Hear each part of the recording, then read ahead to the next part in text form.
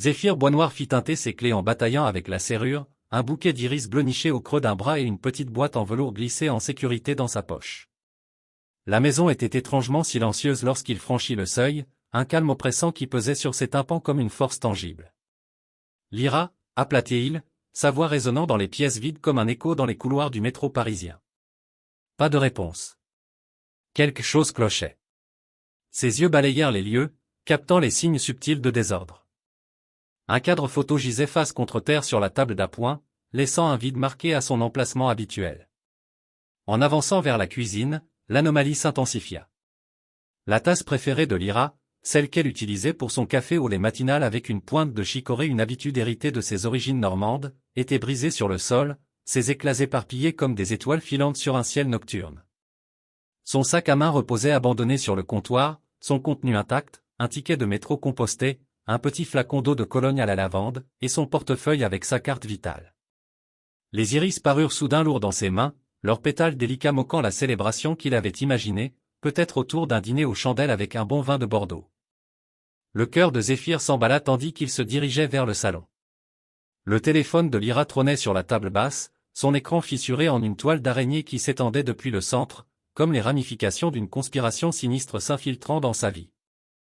Il le ramassa avec précaution, comme s'il risquait de le mordre. D'une main tremblante, il sortit son propre appareil et composa le numéro d'Iris Chiao, la meilleure amie de Lyra. Elle décrocha à la 3e sonnerie, sa voix anormalement aiguë. « Allô ? Zéphyr ? Iris, as-tu vu Lyra ? Elle n'est pas à la maison, et tout semble bizarre ici. » Il y eut un silence trop long pour être innocent. « Non, je ne l'ai pas vue. »« Tout va bien ?» La suspicion de Zéphyr grandit à chaque mot hésitant. Iris cachait quelque chose, son assurance habituelle s'effritait sous le poids d'un secret qu'elle gardait. « Tu es sûr de ne pas avoir eu de ses nouvelles ? » ?»« Désolé, Zéphyr, je ne sais vraiment pas où elle est. » Les mots dégringolèrent trop vite, chacun ajoutant une brique au mur de la tromperie. Après avoir raccroché, Zéphyr se retrouva dans leur chambre, attiré par un instinct qu'il ne pouvait nommer. Ses yeux se posèrent sur le coffret à bijoux de Lyra, un objet ouvragé en bois qu'ils avaient acheté lors de leur lune de miel en Provence, au milieu des champs de lavande et des marchés provençaux où l'on dégustait des calissons d'Aix. Quelque chose le titillait au fond de l'esprit. Il l'ouvrit, ses doigts suivant les contours familiers. Puis il s'arrêta, n'y avait-il pas une odeur inhabituelle, un relent de mystère ? En pressant doucement, il sentit un déclic, et un double fond s'ouvrit. À l'intérieur reposait un téléphone jetable, son plastique bon marché contrastant avec l'élégance des bijoux de Lyra. Les mains de Zéphyr tremblèrent en l'allumant. Les messages qui emplirent l'écran étaient codés, un langage qu'il ne reconnaissait pas, un comble pour un cryptographe de haut vol comme lui, habitué aux énigmes numériques des agences de renseignement. S'il ne pouvait le déchiffrer d'un coup d'œil, cela le glaça jusqu'aux os. La sonnerie stridente de son téléphone trancha ses pensées comme un coup de lame. La voix bourrue de l'inspecteur Nolan Frost emplit l'air avant même qu'il puisse dire un mot. « Monsieur Boisnoir, nous avons retrouvé votre femme. À peine en vie, dans un motel. Venez immédiatement. » Les mots le frappèrent comme un uppercut. Il trébucha, se rattrapant au bord de la commode. Que s'est-il passé ? Est-elle ? Dépêchez-vous, coupa Frost d'un ton sombre. Il y a plus que ce que l'on voit. En se ruant dehors, la boîte en velours tomba de sa poche, oubliée. Le collier de saphir à l'intérieur scintilla dans la lumière déclinante, témoignage d'un amour qu'il croyait éternel, comme ses promenades main dans la main le long de la Seine au crépuscule. Le motel de l'Étoile se dressait devant Zéphyr, son enseigne néon clignotant faiblement dans le crépuscule. L'air était chargé d'une odeur âcre de caoutchouc brûlé et d'essence, un cocktail puant qui lui noua l'estomac, rappelant les embouteillages sur le périphérique parisien un soir d'orage. Des voitures de police formaient une barrière autour de la Seine, leurs gyrophares peignant le monde en éclats alternés de rouge et de bleu. Une ambulance attendait à proximité, ses portes arrière ouvertes comme la gueule d'une bête patiente. Et là, enroulée autour d'un lampadaire comme une installation d'art moderne grotesque, se trouvait une Porsche rouge cabossée. L'inspecteur Frost émergea du chaos, son visage buriné figé en une détermination sinistre. « Monsieur Boisnoir, dit-il en hochant la tête. Votre femme a eu un accident avec Caspian Vex, son ex de l'université. Il conduisait en état d'ivresse. » L'esprit de Zéphyr chancela. Caspian Vex ? Lyra ne l'avait jamais mentionné. Les mots suivants de Frost frappèrent plus fort encore. Mais il y a plus que ce que l'on voit, monsieur Boisnoir. Avant qu'il puisse insister, un mouvement attira son regard. Des ambulanciers poussaient un brancard, et dessus gisait Lyra, son visage pâle marqué de bleu hideux comme des doigts accusateurs pointant vers un coupable invisible. Leurs yeux se croisèrent à travers le tumulte de la scène. Lyra tendit faiblement la main, sa voix un murmure à peine audible. « Chérie, je suis tellement désolé. C'était un accident. » Les mots portaient un poids au-delà de leur sens simple, chargés de secrets et de mensonges. Zéphyr se détourna, incapable de supporter la vue. Son regard tomba sur une mallette parmi les débris épars, son contenu se répandant sur l'asphalte. Il entrevit ce qui ressemblait à des documents classifiés avant qu'un agent en uniforme ne se hâte de les ramasser. En regagnant sa voiture, une conversation murmurée entre deux ambulanciers parvint à ses oreilles. « T'as vu ces badges ? Au niveau de sécurité, mec. Ouais, et ces disques durs encryptés. Qu'est-ce qu'ils fichaient ici ? » L'esprit de Zéphyr assemblait les pièces d'un puzzle plus vaste. Dans quoi Lyra s'était-elle fourrée ? Et plus important, dans quoi l'avait-elle entraîné avec elle ? Les couloirs stériles du siège de l'Agence nationale de défense cybernétique, ANDC, à Paris semblaient plus froids que d'habitude tandis que Zéphyr se dirigeait vers son bureau. Les événements des heures passées l'avaient laissé comme un étranger dans sa propre vie. Avec une aisance exercée, il contourna les protocoles de sécurité standards et accéda aux fichiers du personnel de l'agence. Ses doigts volèrent sur le clavier, cherchant un nom qu'il n'avait jamais pensé devoir connaître, Caspian Vex. Le voilà, embauché 3 mois plus tôt en tant que consultant en cybersécurité. Un titre vague, du genre utilisé pour accorder un accès sans attirer l'attention. Des drapeaux rouges se déployèrent dans son esprit, chacun un avertissement qu'il avait ignoré. « Tu brûles la chandelle par les deux bouts ?» Zéphyr sursauta presque. Ravencourt se tenait dans l'encadrement de la porte, ses yeux perçants notant son apparence échevelée et les fichiers classifiés sur son écran. « Raven, je... » Il hésita, pesant ses options, puis décida. Il lui fit signe d'entrer. « J'ai besoin de ton aide, mais ça reste entre nous. » Dans une salle sécurisée, loin des regards indiscrets, Zéphyr exposa la situation. Raven écouta, son esprit brillant reliant déjà des points qu'il n'avait pas vus. « Il faut vérifier les logs d'accès, dit-elle, ses doigts dansant sur un clavier. Si ce que tu dis est vrai, il y aura un pattern. » Les heures défilèrent dans un flou de codes et de café noir, comme ces nuits interminables dans les cafés parisiens où l'on refait le monde. Aux premières lueurs de l'aube filtrant à travers les fenêtres, ils eurent leur réponse, une série de brèches mineures mais stratégiques sur les 6 derniers mois, toutes tracées à ses identifiants. Mais les horodatage. « Je n'étais même pas dans le bâtiment pour certaines, murmura Zéphyr. La voix de Raven était sombre. Quelqu'un utilise ton accès et fait un sacré bon boulot pour couvrir ses traces. Ils creusèrent plus profond, suivant des miettes numériques à travers le labyrinthe des systèmes de l'agence. Puis ils le trouvèrent, des connexions fragmentées entre Caspian Vex et des rumeurs sur un groupe connu sous le nom de Syndicat du Chiffre, sur le dark web. J'en ai entendu des murmures, dit Raven, son visage illuminé par l'écran. Il prépare quelque chose d'énorme, une cyberattaque capable de déstabiliser des nations entières. Les implications frappèrent Zéphyr comme un choc physique. Lyra avait utilisé leur mariage comme couverture, transmettant des informations classifiées au syndicat du chiffre via Caspian. Mais pourquoi ? Qu'est-ce qui pouvait la pousser à trahir non seulement lui, mais leur pays tout entier ? D'une main tremblante, il sortit le téléphone jetable trouvé dans le coffret de Lyra. Les messages encryptés qu'il avait bafoués plus tôt semblaient maintenant le narguer. « Tu peux craquer ça ?» demanda-t-il à Raven en lui tendant l'appareil. Ses yeux s'illuminèrent d'un défi. « Donne-moi 1 heure. » 53 minutes plus tard, le cri triomphant de Raven brisa le silence tendu. « J'y suis. » Zéphyr se pencha par-dessus son épaule, son cœur battant tandis que les messages décryptés emplissaient l'écran. Il sentit les derniers vestiges de son monde s'effondrer. Lyra n'avait pas seulement une liaison ou volé des infos, elle était une agente infiltrée du syndicat, planifiée des années plus tôt pour pénétrer l'agence via lui. Leur relation entière, leur mariage, leur vie commune, tout n'avait été qu'un mensonge. Alors que le poids de la trahison l'écrasait, Zéphyr agrippa le bord du bureau, ses jointures blanchissant. Il croyait vivre une histoire d'amour, au lieu de cela, il avait été un pion involontaire dans un jeu d'espionnage international. Et maintenant, il était temps de changer les règles. L'odeur antiseptique des couloirs de l'hôpital Necker à Paris assaillit les narines de Zéphyr tandis qu'il se dirigeait vers la chambre de Lyra. Une enveloppe Kraft contenant les papiers de divorce était coincée sous son bras, un rappel constant de la trahison qui avait brisé son monde. Chambre 307. Zéphyr s'arrêta à la porte, se blindant pour ce qui l'attendait. Il la poussa, les gonds grinçant doucement comme pour protester contre l'intrusion. La blancheur stérile de la chambre contrastait avec la chaleur de leur foyer d'antan, où ils partageaient des petits déjeuners avec des croissants frais du boulanger du quartier. Lyra gisait dans le lit, paraissant petite et vulnérable dans sa chemise d'hôpital. Ses yeux s'écarquillèrent en le voyant, un mélange d'émotions traversant son visage, soulagement, peur, et quelque chose d'indéfinissable.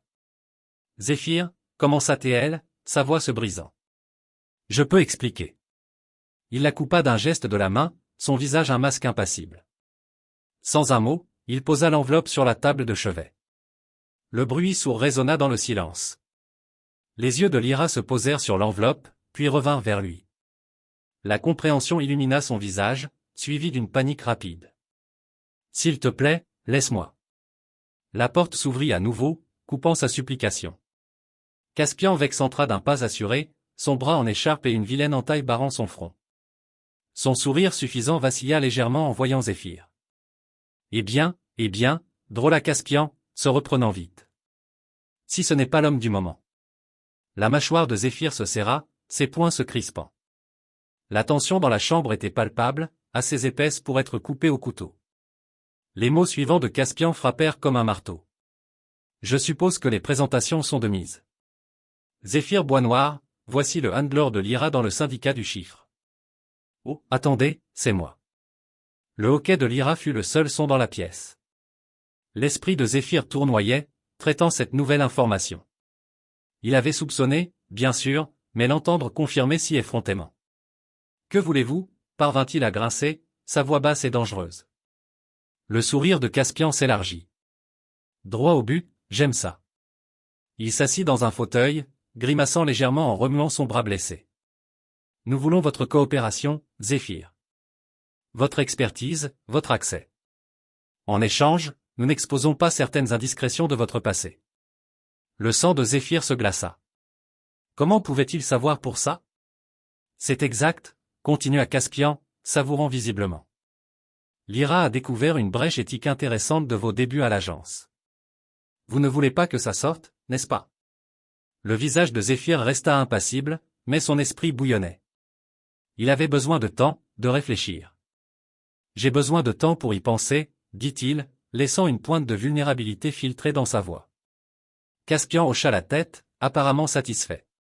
Prenez tout le temps qu'il vous faut. Nous resterons en contact. En tournant les talons pour partir, la main de Zéphyr effleura la carte de prompt rétablissement dans sa poche. D'un mouvement fluide, il la posa sur la table de chevet de Lyra, juste à côté des papiers de divorce. Le dispositif d'écoute high-tech dissimulé à l'intérieur capterait chaque mot prononcé dans cette chambre. Avec un dernier regard impénétrable à Lyra, Zéphyr sortit. Le premier pas de sa contre-stratégie était posé. Le jeu était lancé, et il comptait bien gagner. Le bureau de la directrice Artemis Acier était une forteresse dans une forteresse. Zéphyr y était venu d'innombrables fois, mais jamais comme ça, jamais avec le poids de la trahison et de la conspiration planant au-dessus de sa tête. La directrice elle-même était une présence formidable, ses yeux acérés semblant transpercer jusqu'à l'âme tandis qu'il exposait tout, le téléphone jetable, les brèches de sécurité, le syndicat du chiffre, la vraie identité de Lyra. Il ne retint rien. À la fin de son rapport, Acier se cala dans son fauteuil, ses doigts enclochés sous son menton. Le silence s'étira, rompu seulement par le tic-tac doux d'une horloge ancienne sur le mur, un objet rappelant les horloges comtoises des campagnes françaises. Enfin, elle parla. Ça va plus profond que nous l'imaginions. Ses yeux se plissèrent en absorbant l'information. Nous devons tourner ça à notre avantage. Zéphyr hocha la tête, soulagé qu'elle le croie. Que suggérez-vous, directrice? Un sourire lent et prédateur s'étendit sur le visage d'Acier. Nous faisons de vous un agent double, monsieur Boisnoir. Fournissez de fausses informations à Lyra et Caspian. Utilisez-les pour démanteler toute l'opération du syndicat du chiffre de l'intérieur. Le plan était audacieux, dangereux, et exactement ce que Zéphyr avait espéré. J'en suis. Sans hésitation. Au cours des semaines suivantes, Zéphyr mena une double vie précaire. Pour Lyra et Caspian, il apparaissait comme un complice réticent, partageant des bribes d'informations classifiées soigneusement sélectionnées. Chaque donnée était une désinformation méticuleusement fabriquée, conçue pour égarer le syndicat tout en paraissant précieuse en surface. Lyra, sortie de l'hôpital, l'observait avec un mélange de suspicion et d'espoir. Zéphyr joua son rôle à la perfection, laissant filtrer juste assez de réticence et de ressentiment pour rendre sa coopération crédible. Caspian, de son côté, semblait se délecter de sa victoire perçue, ses sourires suffisants et ses tapes condescendantes sur l'épaule faisant frémir la peau de Zéphyr.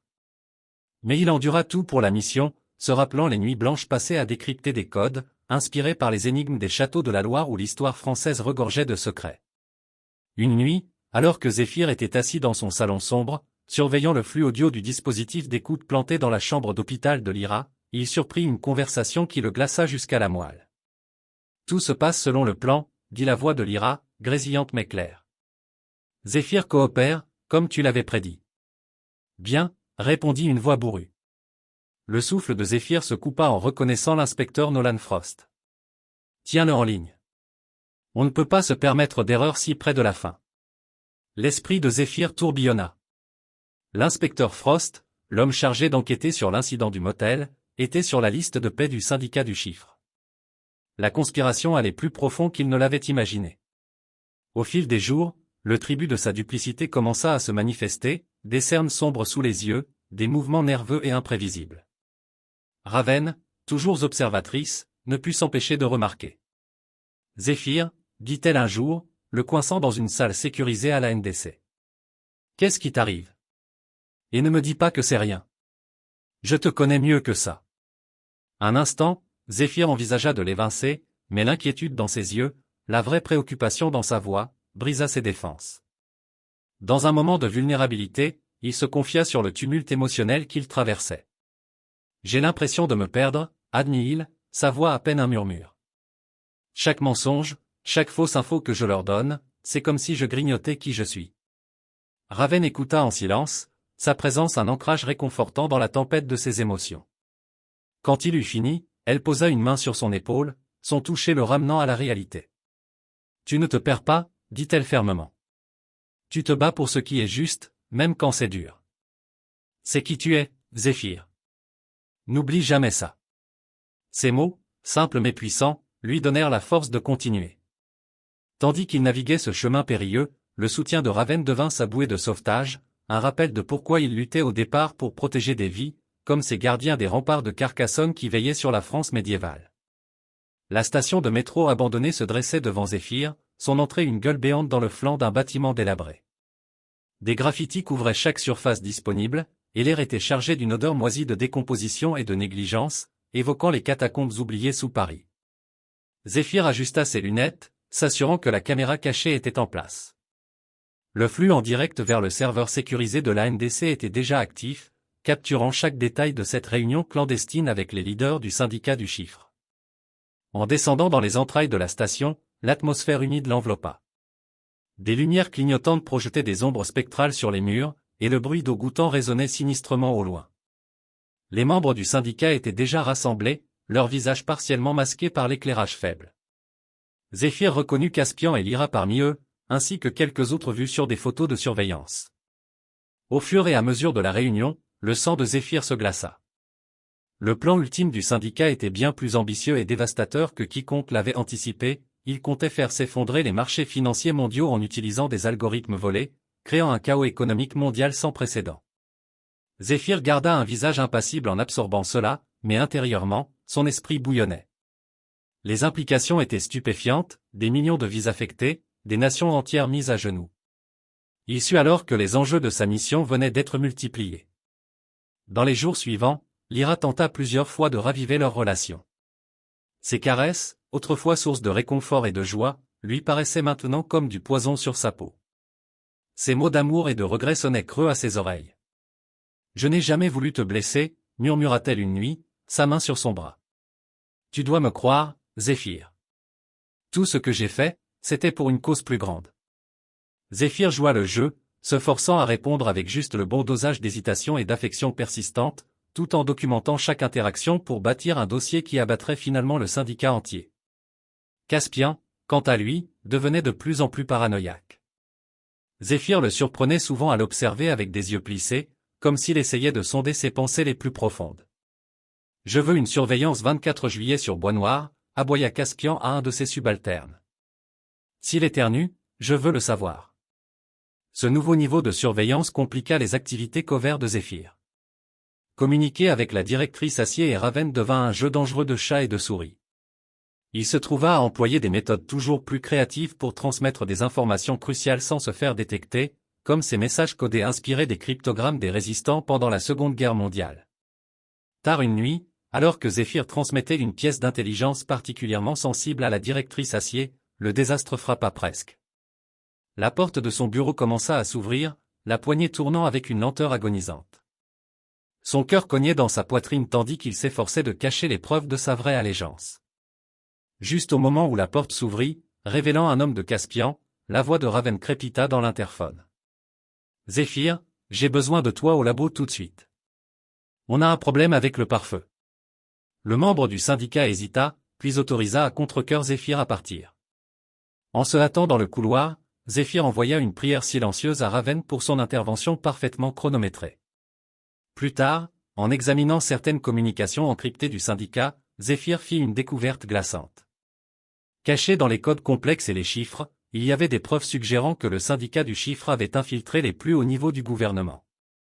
Mais ce fut la révélation suivante qui le secoua vraiment jusqu'au cœur. Mes amis, je vais faire une petite pause dans mon récit. Si vous aimez cette histoire et que vous souhaitez en découvrir d'autres, soutenez la chaîne, aimez-la et abonnez-vous. Cela aide vraiment à la promouvoir. Et n'hésitez pas à indiquer dans les commentaires d'où vous écoutez cette histoire, je suis très curieux de connaître la géographie de notre audience. Continuons. En creusant plus profond, suivant une piste de miettes numériques, il découvrit quelque chose qui fit geler son sang, les preuves pointaient vers une taupe au sein des échelons supérieurs de la NDC elle-même. Zéphyr s'adossa à son fauteuil, son esprit chavirant sous les implications. L'ennemi n'était pas seulement dehors, il était ici, dans les murs mêmes qu'il avait juré de protéger. Tandis qu'il fixait les preuves accablantes sur son écran, une pensée résonnait dans sa tête, à qui pouvait-il faire confiance maintenant? L'air dans la salle de conférence sécurisée de la NDC crépitait de tension. Zéphyr Bois-Noir se tenait en tête de table, ses yeux durs comme de la pierre tandis qu'il balayait du regard le petit groupe d'opératifs de confiance devant lui. La directrice Artemis Acier était assise à sa droite, son visage un masque impassible qui ne trahissait rien du jeu aux enjeux qu'il s'apprêtait à jouer. « Mesdames, messieurs, » commença Zéphyr d'une voix basse et ferme, « ce que je vais proposer n'est pas seulement dangereux, mais techniquement illégal. Si quiconque veut partir maintenant, il n'y aura pas de conséquences. » Personne ne bougea. Zéphyr hocha la tête, un sourire sinistre tirant les coins de sa bouche. « Bien.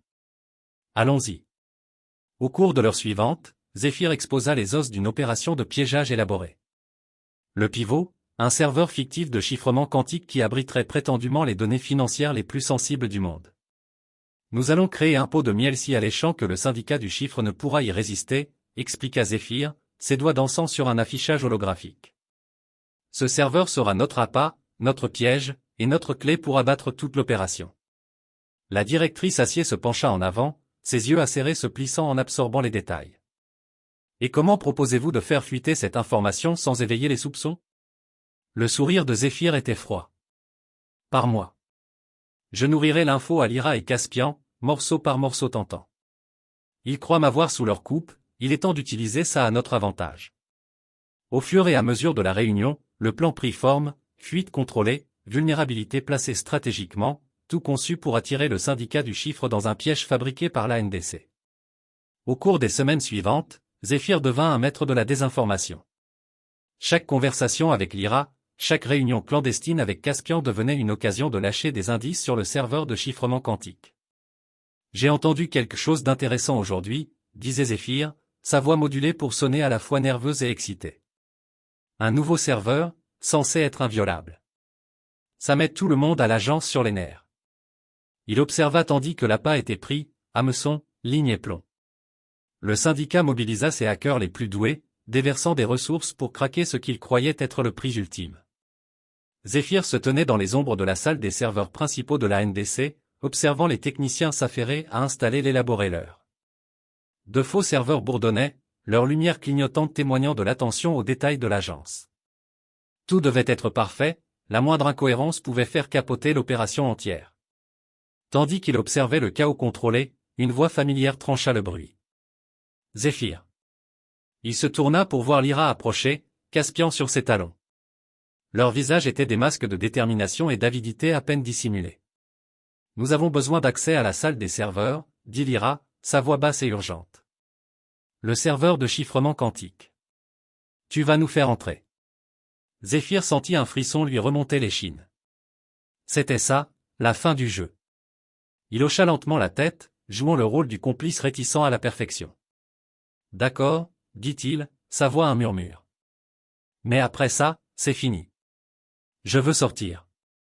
Le rire de Caspian était froid et sans joie. Oh, Zéphyr, tu es dedans pour de bon maintenant. Pas de sortie. Tandis que Zéphyr les guidait vers le cœur du piège, il ne pouvait secouer un sentiment d'inquiétude lancinant. Quelque chose clochait, les mouvements du syndicat semblaient trop précis, trop bien informés. C'était comme s'il savait exactement où poser le pied pour éviter les pièges de la NDC.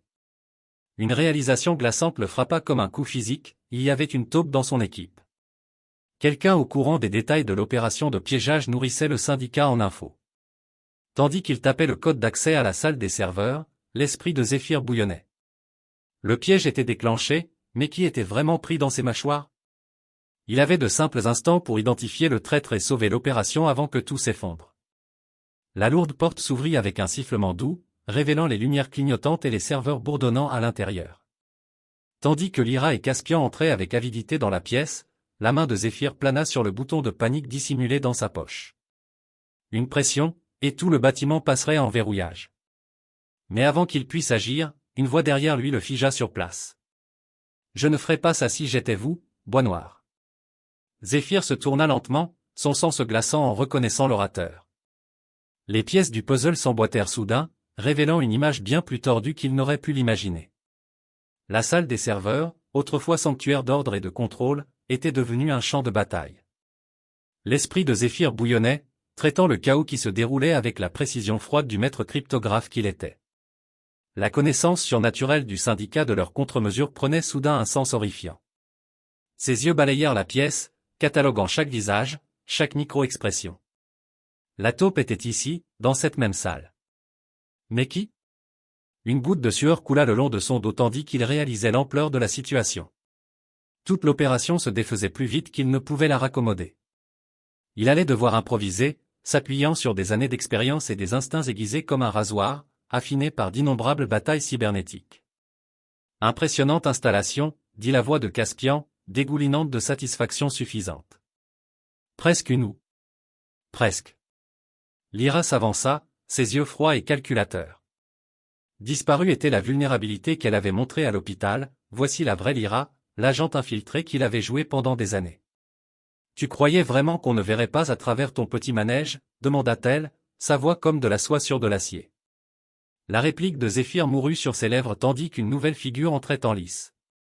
L'inspecteur Nolan Frost entra dans la salle des serveurs, un sourire prédateur sur son visage buriné. Surpris de me voir, Bois Noir, gloussa Frost. Tu aurais dû creuser un peu plus sur cet incident au motel. Ça t'aurait peut-être épargné des ennuis. Le trio convergea sur Zéphyr, le reculant contre les serveurs bourdonnants. Ils pensaient avoir gagné, leur victoire assurée par la traîtrise et la tromperie. Mais Zéphyr Bois Noir était loin d'être battu. Vous avez raison, dit-il, sa voix ferme malgré les battements de son cœur. J'aurais dû creuser plus profond sur vous tous. D'un mouvement vif, Zéphyr sortit un petit dispositif de sa poche. Les membres du syndicat se tendirent, s'attendant à une arme. Au lieu de cela, un affichage holographique vacilla à la vie, emplissant l'air de flux de données. Ce que vous voyez, expliqua Zéphyr, sa confiance croissant à chaque mot, c'est chaque pièce d'intelligence que j'ai recueillie sur le syndicat du chiffre ces dernières semaines. Chaque conversation, chaque transaction, chaque petit secret sale. Le visage de Caspian blêmit. Les yeux de Lyra s'écarquillèrent d'incrédulité. La main de Frost glissa vers son arme dissimulée. La vraie opération de piégeage, continua Zéphyr, était à plusieurs niveaux. Cette salle des serveurs est un système de confinement sophistiqué. Au moment où vous y êtes entré, vous avez activé un protocole dormant. Nous sommes verrouillés, et chaque mot que vous dites est enregistré et transmis aux agences de maintien de l'ordre mondial. La réalisation de leur situation illumina les visages des membres du syndicat. Ils avaient marché droit dans un piège bien plus intricé qu'ils n'auraient pu l'imaginer. Lyra, toujours vive d'esprit, fit une dernière tentative désespérée pour sauver la situation. Son visage s'adoucit, des larmes perlant à ses yeux. « Zéphyr, s'il te plaît, plaida-t-elle, sa voix se brisant. Ce que nous avions, ce n'était pas tout un mensonge. Je suis arrivé à t'aimer vraiment. Nous pouvons encore avoir une vie ensemble. Donne-moi une chance d'expliquer. » Un instant, juste un instant fugace, la résolution de Zéphyr vacilla. Le souvenir de temps plus heureux, d'un amour qu'il croyait réel, menaça de l'engloutir. Mais alors il se rappela la trahison, les années de mensonges, les vies mises en danger pour les ambitions tordues du syndicat. Son expression se durcit. « Non, Lyra, dit-il, sa voix froide. Nous ne pouvons pas. » D'un subtil mouvement de main, Zéphyr activa la phase finale de sa contre-attaque. Des alarmes hurlèrent à travers le bâtiment tandis que des agents armés de la NDC commençaient à affluer vers leur position. La panique éclata dans la salle des serveurs. Caspian bondit vers la porte, pour la trouver scellée. Frost dégaina son arme, ses yeux balayant follement à la recherche d'une issue. Lyra resta figée, le poids total de ses actions s'abattant enfin sur elle.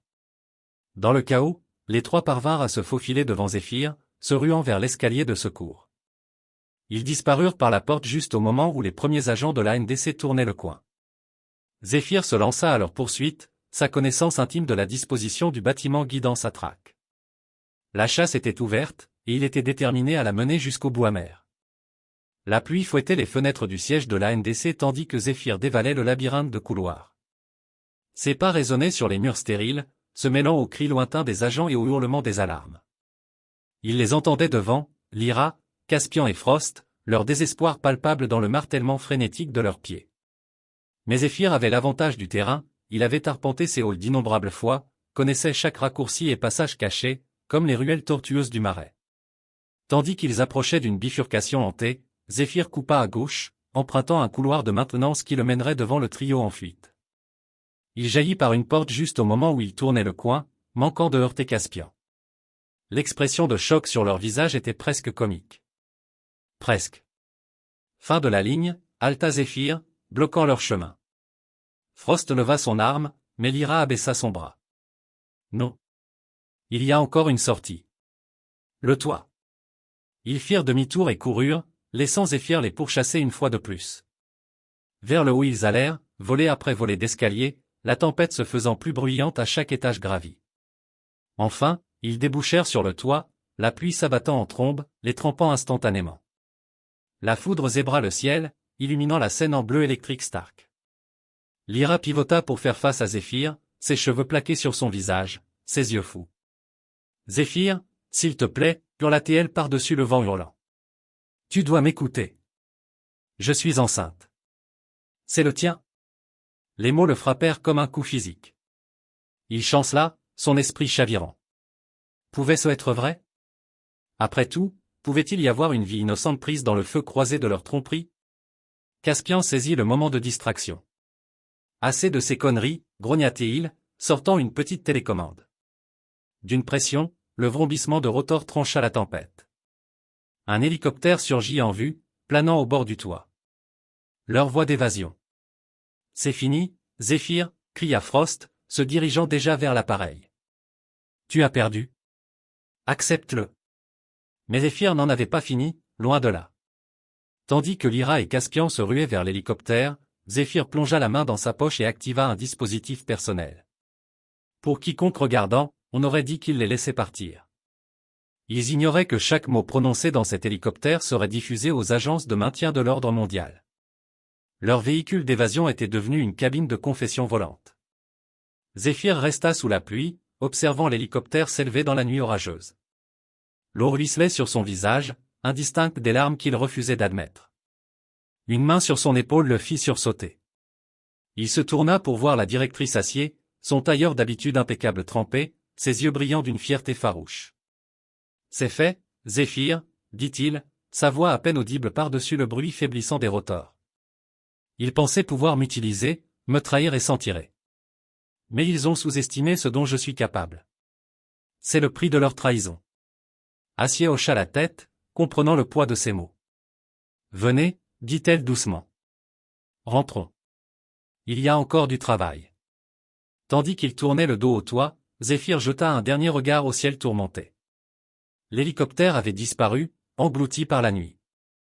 Mais il savait que ce n'était pas la fin, c'était le début d'un nouveau chapitre, un où les échos de la trahison résonneraient à travers le royaume numérique, changeant le paysage de la cybersécurité pour toujours.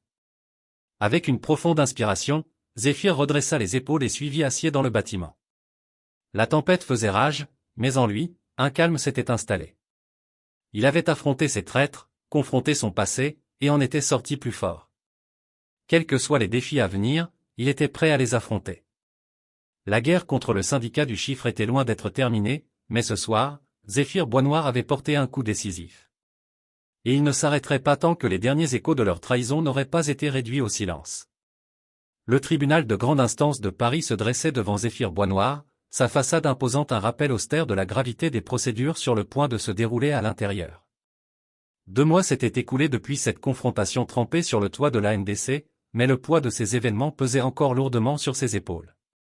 En gravissant les marches, des flashs d'appareils photo crépitèrent et des reporters hurlèrent des questions. Zéphyr garda le regard droit devant, son visage un masque impassible. Il était le témoin vedette dans le procès contre le syndicat du chiffre, et le monde observait. La salle d'audience se tut tandis que Zéphyr prenait place à la barre. Ses yeux balayèrent la pièce, se posant sur Lyra et Caspian. Ils siégeaient parmi les autres membres arrêtés du syndicat, leur combinaison de prison un cri loin de leur persona poli d'antan. Le regard de Lyra croisa le sien, un mélange de défi et peut-être de regret. Caspian, en revanche, le fusillait d'une haine non dissimulée. Au cours des jours suivants, le témoignage de Zéphyr se déroula comme un algorithme complexe. Il présenta des communications décryptées, des pistes financières détaillées, et diffusa les confessions accablantes enregistrées depuis l'hélicoptère piégé. Chaque pièce de preuve était un clou supplémentaire dans le cercueil du syndicat, exposant l'étendue complète de leurs opérations. Les médias le surnommèrent « le procès du siècle », le double rôle de Zéphyr en tant que victime et héros captiva l'imagination publique. Malgré la pression intense et l'examen minutieux, il resta composé, son témoignage clair et inébranlable. Lors d'une pause, Zéphyr se trouva seul dans une chambre privée, son esprit encore bouillonnant de l'interrogatoire croisé du matin. La porte s'ouvrit, et Lyra fut escortée par un garde. Ses yeux, autrefois si familiers, semblaient maintenant appartenir à une étrangère. « Zéphyr » commença-t-elle, sa voix douce.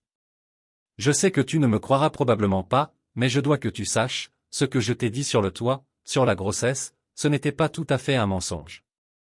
Je pensais l'être à l'époque. » Le visage de Zéphyr resta impassible. « Je connais la vérité, Lyra. J'ai vu tes dossiers médicaux de l'hôpital après l'accident. Tu n'as jamais été enceinte. » La couleur quitta le visage de Lyra tandis qu'elle réalisait que sa dernière tromperie avait été démantelée avant même de commencer. Sans un mot de plus, elle fut emmenée, laissant Zéphyr seul avec les échos de ses mensonges. Quand le verdict tomba enfin, ce fut comme un coup de marteau. Caspian, identifié comme un opérateur clé du syndicat, fut condamné à 30 ans de prison fédérale. Lyra, malgré ses tentatives de se peindre en participante réticente, écopa de 25 ans. Le leader du syndicat, une figure ombreuse enfin démasquée, reçut la perpétuité. Dans l'après-coup du procès, alors que la poussière retombait, Zéphyr se trouva à un carrefour. Une offre avait été étendue, la chance de diriger une nouvelle task force internationale de cybersécurité. C'était l'opportunité d'être en première ligne pour prévenir de futures menaces cyber, de transformer son expérience douloureuse en une force pour le bien. Tandis qu'il pondérait la décision, Zéphyr se trouva devant le mur du mémorial de la NDC. Un nouveau nom avait été ajouté depuis sa dernière visite, Ravencote, son ami et collègue, mortellement blessé en le protégeant lors de la confrontation finale avec le syndicat. Il posa une main sur son nom, son toucher doux, presque révérentiel. « Je ferai que ça compte, Raven, murmura-t-il. Je te le promets. » Des semaines plus tard, Zéphyr se tenait devant la nouvellement formée Coalition internationale de défense cyber à Genève. Tandis qu'il se préparait à s'adresser à l'Assemblée et à accepter son nouveau rôle, il réfléchit au voyage qui l'avait amené là. La trahison l'avait presque brisé, mais elle l'avait aussi forgé en quelqu'un de plus fort, capable de protéger les autres de la même douleur. Zéphyr s'avança au podium, son regard balayant les dignitaires et experts en cybersécurité rassemblés. Quand il parla, sa voix était ferme, emplie de conviction. Mesdames, messieurs, le royaume numérique est notre nouvelle ligne de front. Et sur cette ligne, la confiance est à la fois notre plus grande vulnérabilité et notre atout le plus fort. Aujourd'hui, nous commençons à bâtir un futur numérique plus sûr, un futur où la trahison ne peut se cacher dans les ombres du cyberespace. Tandis que ces mots résonnaient dans la chambre, Zéphyr sentit un sentiment de but s'installer sur lui. Il avait transformé sa tragédie personnelle en une puissante impulsion pour la cybersécurité globale. Les échos de la trahison qui avaient autrefois menacé de le détruire étaient devenus le fondement d'une nouvelle ère de défense numérique. En cet instant, tandis qu'il regardait les visages de ceux qui le rejoindraient dans ce combat, Zéphyr Boisnoir savait que ce n'était que le début. La bataille pour l'avenir du cyberespace s'annonçait, et il était prêt à mener la charge. Je tiens à remercier tout particulièrement tous ceux qui écoutent mes histoires jusqu'à la fin. C'est vraiment très important pour moi. Merci pour votre attention, pour votre temps et pour votre soutien. Je vous embrasse sincèrement.